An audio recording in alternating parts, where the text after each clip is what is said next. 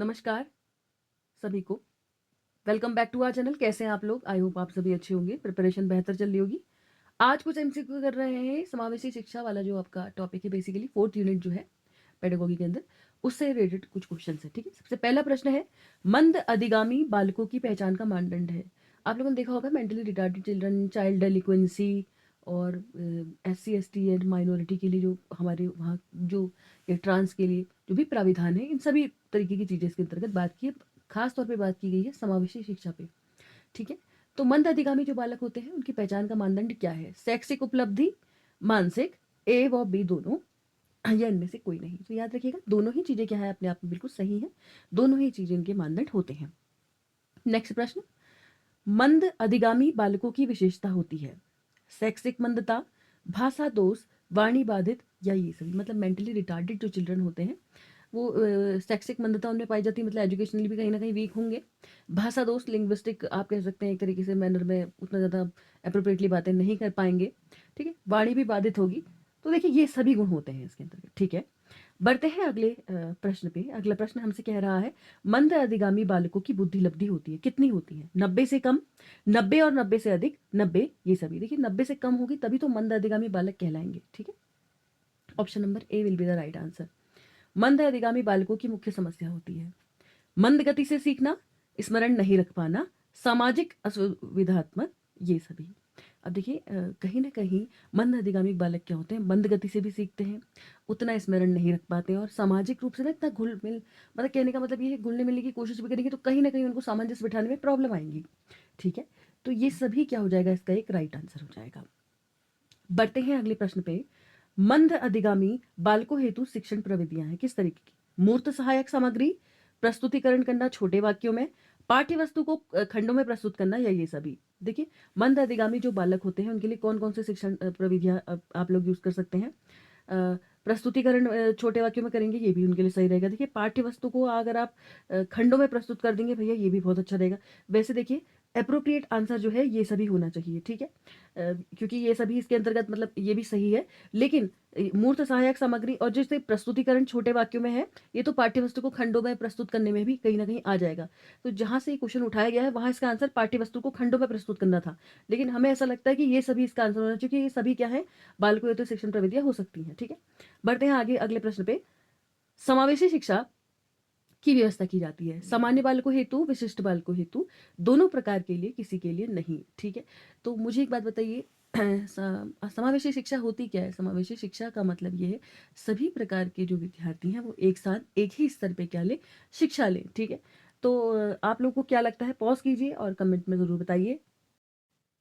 तो देखिए, चूंकि आप लोगों को पता ही होगा समावेशी शिक्षा जो है उसका मतलब ही ये है कि एक क्लास है, उसमें सभी लोग क्या करेंगे, मिलजुल के पढ़ेंगे। सामान्य बालक भी, विशिष्ट, गिफ्टेड, जितने तरीके के आपके हैं सभी उसके अंदर इंक्लूड हो जाएंगे। तो सामान्य बालकों के लिए भी और विशिष्ट के लिए भी, तो दोनों प्रकार के लिए ऑप्शन नंबर सी क्या हो जाएगा, इसका एक राइट आंसर हो जाएगा। ठीक है, आई होप आप लोगों को ये चीजें समझ में आ रही हो। बढ़ते हैं अगले प्रश्न पे कि विशिष्ट शिक्षा जो होती है उसकी व्यवस्था की जाती है प्रतिभाशाली बालकों हेतु, बाधितों के लिए, असमर्थी बालकों हेतु, या इन सभी के लिए।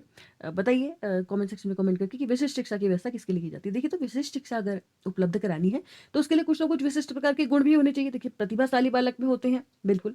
अब बाधितों के लिए, क्योंकि उनको किसी पर्टिकुलर जगह पे प्रॉब्लम आ रही होती है, तो वो भी एक तरीके से विशिष्टता की कैटेगरी के अंदर आते हैं। और असमर्थी बालक जो होते हैं वो भी कहीं ना कहीं इसके अंतर्गत आते हैं। तो ये इसका आंसर क्या हो जाएगा आपका?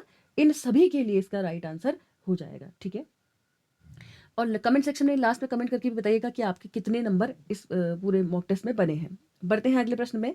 विशिष्ट शिक्षा के लिए आवश्यकता होती है डॉक्टरों की, मनोवैज्ञानिकों की, विशिष्ट शिक्षकों की, या इन सभी की। तो देखिए विशिष्ट शिक्षकों की शिक्षा से रिलेटेड बात कर रहे हैं यहाँ पर को, तो विशिष्ट शिक्षा के लिए सबसे ज्यादा जरूरी क्या है? सबसे ज्यादा जरूरी है विशिष्ट शिक्षक। देखिए तभी आप लोगों ने ध्यान दिया होगा, अभी बड़ा जरा ज्यादा ध्यान दिया जा रहा है किस पे, स्पेशल एजुकेशन वाले जो होते हैं उनसे रिलेटेड जो बीएड होता है, वो जो विशिष्ट प्रकार के जो बच्चे होते हैं उनके लिए जो होता है, जो इंटीग्रेटेड बीएड चलाया जाता है, उसमें विशिष्ट शिक्षक, मतलब उसमें जो शिक्षक होते हैं उनको विशिष्ट एक तरीके का अलग करिकुलम कराया जाता है, जैसे कि साइन लैंग्वेज उनको सिखाई जाती है ना। साथ ही साथ ब्रेल मेथड्स के बारे में उनको बताया जाता है। ऐसी मेथड्स और टेक्टिक्स, स्ट्रेटजीज उनको बताई जाती हैं जो कि बच्चों को पढ़ाने में क्या हो, सहायक हो। बढ़ते हैं अगले प्रश्न पे। स्वामित्व अधिगम का प्रत्यय किसने दिया? हर्बर्ट ने, बीएस ब्लूम ने, इटार्ड ने, या इनमें से कोई नहीं। ठीक है, तो स्वामित्व अधिगम का जो प्रत्यय दिया गया है, इसका आंसर है बीएस ब्लूम। अब जहाँ से हमने लिया है वहाँ इनमें से कोई नहीं आंसर दे रहा है वो, लेकिन स्वामित्व अधिगम का प्रत्यय अगर आप सर्च मारेंगे तो बीएस ब्लूम के द्वारा क्या है, कहीं ना कहीं दिया गया है। ठीक है, बढ़ते हैं अगले प्रश्न पे। अगला प्रश्न है, शिक्षा के मुख्य आधार होते हैं दार्शनिक आधार, सामाजिक आधार, मनोवैज्ञानिक आधार, या ये सभी। ठीक है, तो आप लोग समझ ही सकते हैं, एजुकेशन एंड फिलोसफी भी सिलेबस में कहीं ना कहीं है। देखिए, शिक्षा का दार्शनिक आधार भी महत्वपूर्ण है। ठीक है, शिक्षा का सामाजिक आधार तो महत्वपूर्ण है ही, इसीलिए आप शिक्षा ले रहे हैं। खास तौर पे मनोवैज्ञानिक आधार भी क्या है, इंपॉर्टेंट है। मनोवैज्ञानिक आधार के थ्रू ही टीचर समझ पाता है कि बच्चों को की क्या कैपेबिलिटीज़ है, उनको कहाँ मैं ग्रोथ करा सकता हूँ, या क्या उनमें प्रॉब्लम्स है, क्या इम्पेयरमेंट्स आ रही है, जहाँ पे मैं मुझे मेहनत की ज़रूरत है कि अपने बच्चे को मैं अगर मतलब उसको ईज़िली कुछ ऐसे एड्स प्रोड्यूस करवाऊँ या दूँ, जिससे क्या हो बच्चे के लिए ईज़ीनेस आए। ठीक है, तो शिक्षा के मुख्य आधार क्या हो जाएंगे भाई, ये सभी हो जाएंगे। ठीक, सामाजिक आधार, दार्शनिक आधार और मनोवैज्ञानिक आधार, सभी प्रकार के आधार इसके अंतर्गत कहीं ना कहीं आते हैं। ठीक है, बढ़ते हैं अगले प्रश्न पे। अगला प्रश्न हमारे पास है, अस्थिर अस्थि बाधित जो होते हैं उनको क्या कहते हैं? शारीरिक रूप से बाधित, या फिर कहते हैं अपंग बालक, या दोनों ही, या फिर कोई नहीं। ठीक है, पॉज कीजिए और आंसर दीजिए, आपको क्या लगता है कि इसका आंसर क्या होगा? तो देखिए, अस्थिर बाधित जो बालक होते हैं वो इस तरीके के बालक होते हैं ना, जिनकी मांसपेशियाँ वगैरह जो होती हैं, कोऑर्डिनेशन अच्छे से नहीं हो पा रहा होता है, इनके हाथ पैर के मूवमेंट जो होते हैं प्रॉपर्ली वर्क नहीं कर रहे होते हैं। ठीक है, इनको फिजिकली हैंडीकैप भी आप कह सकते हो, या आप कह सकते हो डिसेबल्ड, बिल्कुल अपंग, जो आप एक ही वर्ड यहाँ पे यूज़ हुआ है, डिसेबल्ड कहना ज़्यादा सही है, ये भी इनको कहा जाता है। साथ ही साथ क्योंकि एडिशनल इन्फॉर्मेशन मैं आप लोगों को दे देती हूँ, लोकोमोटर डिसेबल्ड भी इन्हें कहा जाता है। तो 3 चीज़ें इनके इनके लिए यूज़ होती हैं। एक होता है शारीरिक विकलांग यानी कि फिजिकली हैंडीकैप्ड, एक होता है अपंग यानी कि डिसेबल्ड, और एक होता है चलन निःशक्त यानी कि लोकोमोटर डिसेबल्ड। ठीक है, ये भी इनको क्या करा जाता है, कहा जाता है। ठीक है, और वैसे अगर बोला जाए तो इंग्लिश में कहें तो क्या होते हैं, ऑर्थोपेडिकली डिसेबल्ड चिल्ड्रन होते हैं। ठीक है, तो इसका आंसर क्या हो जाएगा, बिल्कुल भाई, शारीरिक रूप से बाधित भी होता है और अपंग बालक मतलब डिसेबल्ड बच्चा भी होता है, तो दोनों ही अस्थि बाधितों को कहा जाता है। ये इसका क्या हो जाएगा, एकदम राइट आंसर हो जाएगा। ठीक है, अगला क्वेश्चन पे हम आगे बढ़ते हैं। अस्थि बाधित बालकों को शिक्षा दी जाती है सामान्य विद्यालयों में, मुख्य धारा में, समन्वित शिक्षा, या ये सभी। तो ये आप लोगों के मैं होमवर्क क्वेश्चन छोड़ के जा रही हूँ कि अस्थि बाधित जो बालक होते हैं उनको आपको क्या लगता है, आपके अनुसार कहाँ शिक्षा दी जाती है? ठीक है, अगला है हमारे पास, भारतीय पुनर्वास परिषद जो था इसकी स्थापना हुई थी, कब हुई थी? RCI, rehabilitation council of India जो आपका है, इसकी स्थापना कब हुई? तो आई होप सभी लोगों को पता होगा, 1993 में मैंने पढ़ाया भी था, जब भी पढ़ाया था आप लोगों को लिखाया था, आरसीआई 1993 तब इसकी स्थापना हुई थी। ठीक है, बढ़ते हैं अगले प्रश्न में। तो याद रखिएगा 95 नहीं है, न ही 94 और 92 है। ठीक है, अगला प्रश्न हमारे पास है, अस्थित जो बाधित होते हैं उनके लिए संस्थान बनाया गया है। ठीक है, वो कहाँ स्थित है? कानपुर में है, नागपुर में, देहरादून में, या दिल्ली में? ठीक है, मतलब एक तरीके से केंद्र बनाए जाते हैं जहाँ इनको रखा जाता है। ठीक है, या इनके लिए मतलब एक तरीके से आप कह सकते हो कि बहुत सारे आप लोगों ने देखा होगा, बहुत सारे पेरेंट्स क्या करते हैं, अपने बच्चों को वहाँ पे छोड़ जाते हैं, या मतलब वो इस तरीके से इंस्टीट्यूट वगैरह या इस तरीके की जगह ढूंढते हैं जहाँ पे वो बच्चे रह सकते हैं। ठीक, तो इस क्वेश्चन में कोलकाता ऐड नहीं है, कोलकाता भी इसमें डाल लीजिएगा। ठीक है, कोलकाता ऑप्शन में मैं आपको दे दे रही हूँ इसमें। अब मैं क्वेश्चन बता देती हूँ आपको। क्वेश्चन कुछ इस तरीके से भी पूछा जा सकता है इसमें कि देखिए, राष्ट्रीय अस्थि रोग विकलांग संस्थान जो है वो कहाँ है? तो ये कोलकाता में स्थित है। ठीक है, याद रखिएगा। इसी के साथ साथ एक एडिशनल क्वेश्चन और बता देती हूँ, अगर दृष्टिबाधितों के लिए पूछा जाए, ठीक है, तो दृष्टिबाधितों के लिए राष्ट्रीय संस्थान कहाँ स्थित है आपका? देहरादून में स्थित है। ये भी याद रखिएगा, दृष्टिबाधितों के लिए देहरादून में है, जबकि अस्थिबाधितों हेतु जो आप कह सकते हैं राष्ट्रीय अस्थि रोग विकलांग संस्थान है, वो कहाँ है? कोलकाता में है। ठीक है, तो बढ़ते हैं अगले प्रश्न में। अगला प्रश्न हमारे पास है, अस्थित बाधितों हेतु आरक्षण का प्राविधान है, मतलब कितने प्रतिशत? 2%, 4%, 3%, या फिर इनमें से कोई नहीं? कितने प्रतिशत इनके लिए आरक्षण का प्रस्ताव है? ठीक है, तो ये अगला प्रश्न देखिए कि अस्थित बाधित जो होते हैं उनके लिए आरक्षण का कितना प्रतिशत का प्राविधान है? 2%, 4%, 3%, या कोई नहीं में से? तो यार इससे रिलेटेड आप एक चीज़ याद रखिएगा। देखिए, अब अलग अलग तरीके के जो विभाग होते हैं ना हमारे गवर्नमेंट के अंदर, तो वो क्या करते हैं कि यार जितने भी डिसेबल्ड लोग होते हैं उनके लिए 4% आरक्षण हेतु, मतलब तो ये तो कार्यवाही होती ही होती है। ठीक है। साथ ही साथ जो बाधित जो आपके होते हैं उनके लिए मतलब आप कह सकते हैं उनको ना शारीरिक रूप से डिसेबल्ड होते हैं, फिजिकली डिसेबल्ड होते हैं। उनकी मांसपेशियाँ वगैरह प्रॉपर्ली काम नहीं कर रही होती, इस तरीके से उनको कुछ प्रॉब्लम होती है। तो इनके लिए 3% का क्या है प्रावधान है, ठीक है, 3% है इनके लिए, ठीक। तो कैसे लग रहे हैं आपको ये क्वेश्चंस? कमेंट सेक्शन में कमेंट भी करते रहिएगा। अच्छे लग रहे हो तो लाइक शेयर कमेंट और सब्सक्राइब भी आप साथ ही साथ कर सकते हैं, ठीक है। बढ़ते हैं अगले प्रश्न पे। अगला प्रश्न है विशिष्ट बालक का संबंध है बुद्धि स्तर से, निष्पत्ति स्तर से, आर्थिक स्तर से या फिर सामाजिक स्तर से। तो चूंकि चूंकि आप लोग बुद्धि के नाम पे ही क्राइटेरिया बदल रहे हैं, बुद्धि के नाम पे ही आप मंद बुद्धि कह दिया आपने, किसी को विशिष्ट बुद्धि कह दिया, किसी को गिफ्टेड कह दिया, तो याद रखिएगा बुद्धि स्तर के अनुसार आप क्या कर रहे हैं, किसी बालक का संबंध बता रहे हैं, ठीक है। बढ़ते हैं अगले प्रश्न पे। सर्वप्रथम बुद्धि लब्धि यानी कि IQ का प्रत्यय किसने दिया? ये आपका इंटेलिजेंस जो आपका था उस टॉपिक से क्वेश्चन आ गया। ये टर्सन नहीं टर्मन होगा। टर्मन ने, बिने ने, बर्ट ने या फिर स्पीयर ने, मैन ने, ठीक है। तो पॉज कीजिए, बताइए। तो आई होप सभी को पता होगा, अल्फ्रेड बिने ने दिया था, ठीक है। स्पीयरमैन ने 2 फैक्टर और 3 फैक्टर थ्योरी दी है, ये भी आई होप आप लोग को याद ही होगा, ठीक है। बढ़ते हैं अगले प्रश्न में विशिष्ट बालक से तात्पर्य है प्रतिभाशाली बालक, सृजनात्मक बालक, उच्च बुद्धि लब्धि, ये सभी मतलब विशिष्ट बालक में एक तरीके से क्या क्या गुण इनमें से होने चाहिए। देखिए विशिष्ट बालक अगर वो है भाई प्रतिभाशाली भी हो सकता है, और प्रतिभाशाली होगा तो प्रतिभाशाली आप किसके बेस पे बता रहे हैं? बार बार बुद्धि के बेस पे ही बता रहे हैं, उच्च बुद्धि लब्धि होगी, ठीक है। और सृजनात्मक बालक भी कहीं ना कहीं इसके अंतर्गत आता है, ठीक है। तो ये सभी क्या होगा, एकदम राइट आंसर हो गए, ठीक है। तो आई होप आप लोगों को यहाँ तक क्वेश्चन एकदम समझ में आ रहे हूँ। बढ़ते हैं अगले प्रश्न पे। तो ये जो अगला प्रश्न है ये है टर्मन के अनुसार विशिष्ट बालकों की विशेषता है उत्तम शारीरिक विकास, शैक्षिक विकास, बौद्धिक विकास, ये सभी, ठीक है। तो कुछ वेबसाइट इसका आंसर ये सभी भी दे रही थी, लेकिन याद रखिएगा कुछ जगहों पे इसका आंसर बौद्धिक विकास दिया गया, और वैसे कई जगह पे खुद सोचिए टर्मन जो है बात ही उन्होंने बुद्धि की है, उन्होंने फिजिकल अपीयरेंस से रिलेटेड कोई बात नहीं करी है, ना ही शैक्षिक विकास से रिलेटेड उन्होंने कोई बात करी, उन्होंने तो बात करी है बौद्धिक विकास की, बुद्धि से रिलेटेड इंटेलिजेंट क्वेश्चन जो आपका IQ जो होता है उसके बारे में उन्होंने बात की है। टर्मन है यहाँ पे, ठीक है, ना कि टर्सन। तो देखिए टर्मन ने ये सारी चीज़ें कही हैं। टर्मन ने जो है बुद्धि, आपको याद भी होगा IQ का कॉन्सेप्ट इन्होंने दिया था, ठीक है। आपको पता भी है IQ इज इक्वल टू क्या होता है, mental as upon chronological age into 100, ठीक है।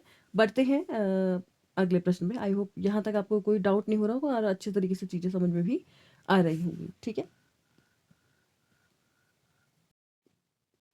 अच्छा, एक ये क्वेश्चन जो सर्वप्रथम बुद्धि लब्धि का प्रत्यय दिया था, concept of IQ, I hope अच्छा ये तो हमारा हो गया है, आप लोगों को क्लियर भी हो गया होगा, ठीक है। बढ़ते हैं आगे। प्रतिभाशाली बालक की समस्या होती है, क्या समस्या होती है प्रतिभाशाली बालक की आखिरकार? परिवार में समायोजन, विद्यालय में समायोजन, समाज में समायोजन, या ये सभी? मतलब बालक की समस्या क्या हो सकती है प्रतिभाशाली बालक की? परिवार में समायोजन करने में उसे समस्या आएगी, विद्यालय में समायोजन करने में समस्या आएगी, समाज में समायोजन करने में समस्या आएगी, या ये सभी? तो देखिए कहीं ना कहीं क्वेश्चन वैसे ऐसा ना हो कि ऐसा होना ज़्यादा बेहतर था कि प्रतिभाशाली बालक की समस्या एक तरीके से, देखिए यहाँ ये परिवार में भी वो समायोजित कर ही लेगा, विद्यालय में भी करेगा, समाज में भी करेगा, तो ये सब उसकी समस्या नहीं, एक तरीके से एसेट होना चाहिए वैसे, ठीक है। तो आप ऐसा कह सकते हैं कि बालक की समस्या नहीं है एक तरीके से, परिवार में समायोजन भी इजीली कर लेगा, विद्यालय में भी कर लेगा, समाज में भी कर लेगा, ठीक है। अगला प्रश्न हमारे पास है प्रतिभाशाली बालक की विशेषता होती है मौलिक चिंतन, अधिक बोधगम्यता की शक्ति, शब्द भंडार अधिक, ये सभी। तो देखिए ऐसा बच्चा जो होता है वो चिंतन स्तर उसका काफ़ी अच्छा होता है, ठीक है। मौलिक चिंतन अच्छा होता है, अधिक बोधगम्यता की शक्ति उसमें होती है, बिल्कुल सही बात है ये, ठीक है। शब्द भंडार यानी कि जो वोकेबुलरी होती है वो एनरिच्ड होती है, काफ़ी अच्छा उसका शब्द भंडार होता है। तो ये सभी क्या है हमारा एकदम राइट आंसर है, ठीक है। ऑप्शन नंबर डी हमारा क्या हो जाएगा, एकदम राइट हो जाएगा, ठीक है। ऑप्शन नंबर डी राइट है। तो बढ़ते हैं अगले प्रश्न पे, और अगला प्रश्न हमारे पास है प्रतिभाशाली जो बालक होते हैं उनकी शिक्षा व्यवस्था का स्वरूप कैसा होना चाहिए? विशिष्ट विद्यालय में होना चाहिए, विशिष्ट उनका पाठ्यक्रम होना चाहिए, योग्य अध्यापक होना चाहिए, या ये सभी? तो आप लोग समझ ही पा रहे होंगे प्रतिभाशाली बालक है तो अब देखिए उसको अगर विशिष्ट विद्यालय मिलेगा, विशिष्ट विद्यालय यहाँ पे कहना वैसे उतना एकदम पर्टिकुलरली सही नहीं था, क्योंकि विशिष्ट पाठ्यक्रम दे दिया जाएगा तो अच्छा रहेगा उसके लिए, योग्य अध्यापक भी अच्छा रहेगा, तो विशिष्ट विद्यालय भी कहीं ना कहीं सही मान लिया जाएगा फिर। तो यहाँ पे क्या हो जाएगा, ये सभी क्या हो जाएगा, इसका राइट आंसर हो जाएगा, ठीक है। पढ़ते हैं अगले प्रश्न पे। अगला प्रश्न हमारे पास है दृष्टिबाधित जो बालक होते हैं वो ज्ञान अर्जित करते हैं कैसे? श्रवण इंद्रियों से, स्पर्श इंद्रियों से, दोनों से, किसी से नहीं। क्योंकि दृष्टिबाधित बालक जो होंगे, खुद सोचिए आप, स्पर्श वगैरह करके तो हाथ से तो मतलब वो कर पाएंगे। ब्रेल लिपि आपने सुना भी होगा, है ना? ब्रेल आपने सुने भी होंगे, लुइस ब्रेल इन्होंने क्या दिया था, आप लोगों को याद होंगे, 6 डॉट्स होते थे, किस तरीके से मिलाते थे ये सब, ठीक है। तो दृष्टिबाधित बालक जो होते हैं वो ज्ञान अर्जित करते हैं, कैसे? बिल्कुल स्वर्ण इंद्रियों से भी करते हैं और स्पर्श इंद्रियों से भी, ठीक है। तो आंसर क्या हो जाएगा हमारा? ऑप्शन नंबर सी, भाई दोनों से ही क्या करते हैं वो? ज्ञान अर्जित करते हैं। बढ़ते हैं अगले प्रश्न पे। ब्रेल लिपि का विकास किया किर्क ने, एटार्ड ने, लुइस ने या फिर एलिस ने? तो याद रखिएगा, लुइस ब्रेल इनका पूरा नाम था। इन्होंने क्या किया था? इसकी खोज की थी। किसकी? ब्रेल लिपि की। 6 डॉट्स जिसमें होते हैं अल्फाबेटिकल, उससे अल्फाबेट वो टच करते करते बच्चा क्या करता है? सीखता है। अगला प्रश्न है, दृष्टिबाधिता का मुख्य कारण है वातावरण घटक, वंशानुक्रम घटक, ए और बी दोनों ही, कोई नहीं। तो दृष्टिबाधिता का जो मेन घटक है वो क्या हो सकता है? एनवायरमेंटल फैक्टर हो सकता है या हेरिडिटी से रिलेटेड कोई चीज हो सकती है। तो देखिए दोनों ही चीजें हो सकती हैं, ए और बी दोनों ही। कुछ भी आप चीजें देखिए, दोनों ही चीजें रिस्पॉन्सिबल हैं, ठीक है। खाली पर्यावरण भी आप नहीं कह सकते हो, खाली हेरिडिटी भी नहीं कह सकते हो। बढ़ते हैं अगले प्रश्न पे। दृष्टिबाधितों के लिए राष्ट्रीय शिक्षा संस्थान स्थित है, ठीक है। नेशनल लेवल पे जो एजुकेशनल इंस्टीट्यूशन है वो कहाँ है? हरिद्वार में, कानपुर में, आगरा में या देहरादून में? तो मैंने आपको पहले ही भी बताया था, देहरादून के अंदर ये स्थित है। अस्थि वालों के लिए कहाँ था? कोलकाता में था, ठीक है। दृष्टिबाधितों के लिए देहरादून में है, याद रखिएगा प्रश्न को।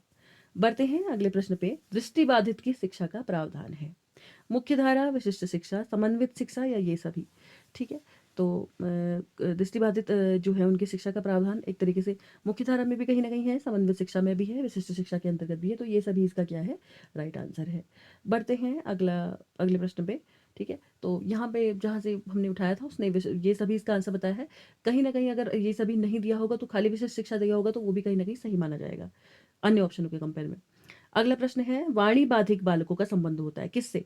भाषा बाधित, अधिगम असमर्थी, स्वर्ण बाधित या ये सभी? श्रवण बाधित था यहाँ पे, या ये सभी, ठीक है। तो देखिए वाणी बाधित यानी कि बोलने में जिनको प्रॉपर परेशानी होगी, तो भाषा बाधित भी होंगे, ठीक है। अधिगम में कहीं ना कहीं असमर्थता आ रही होगी, और श्रवण बाधित भी ऐसा कहते हैं, जो सुनने में प्रॉब्लम और बोलने में प्रॉब्लम अक्सर ऐसा साथ में देखा जाता है।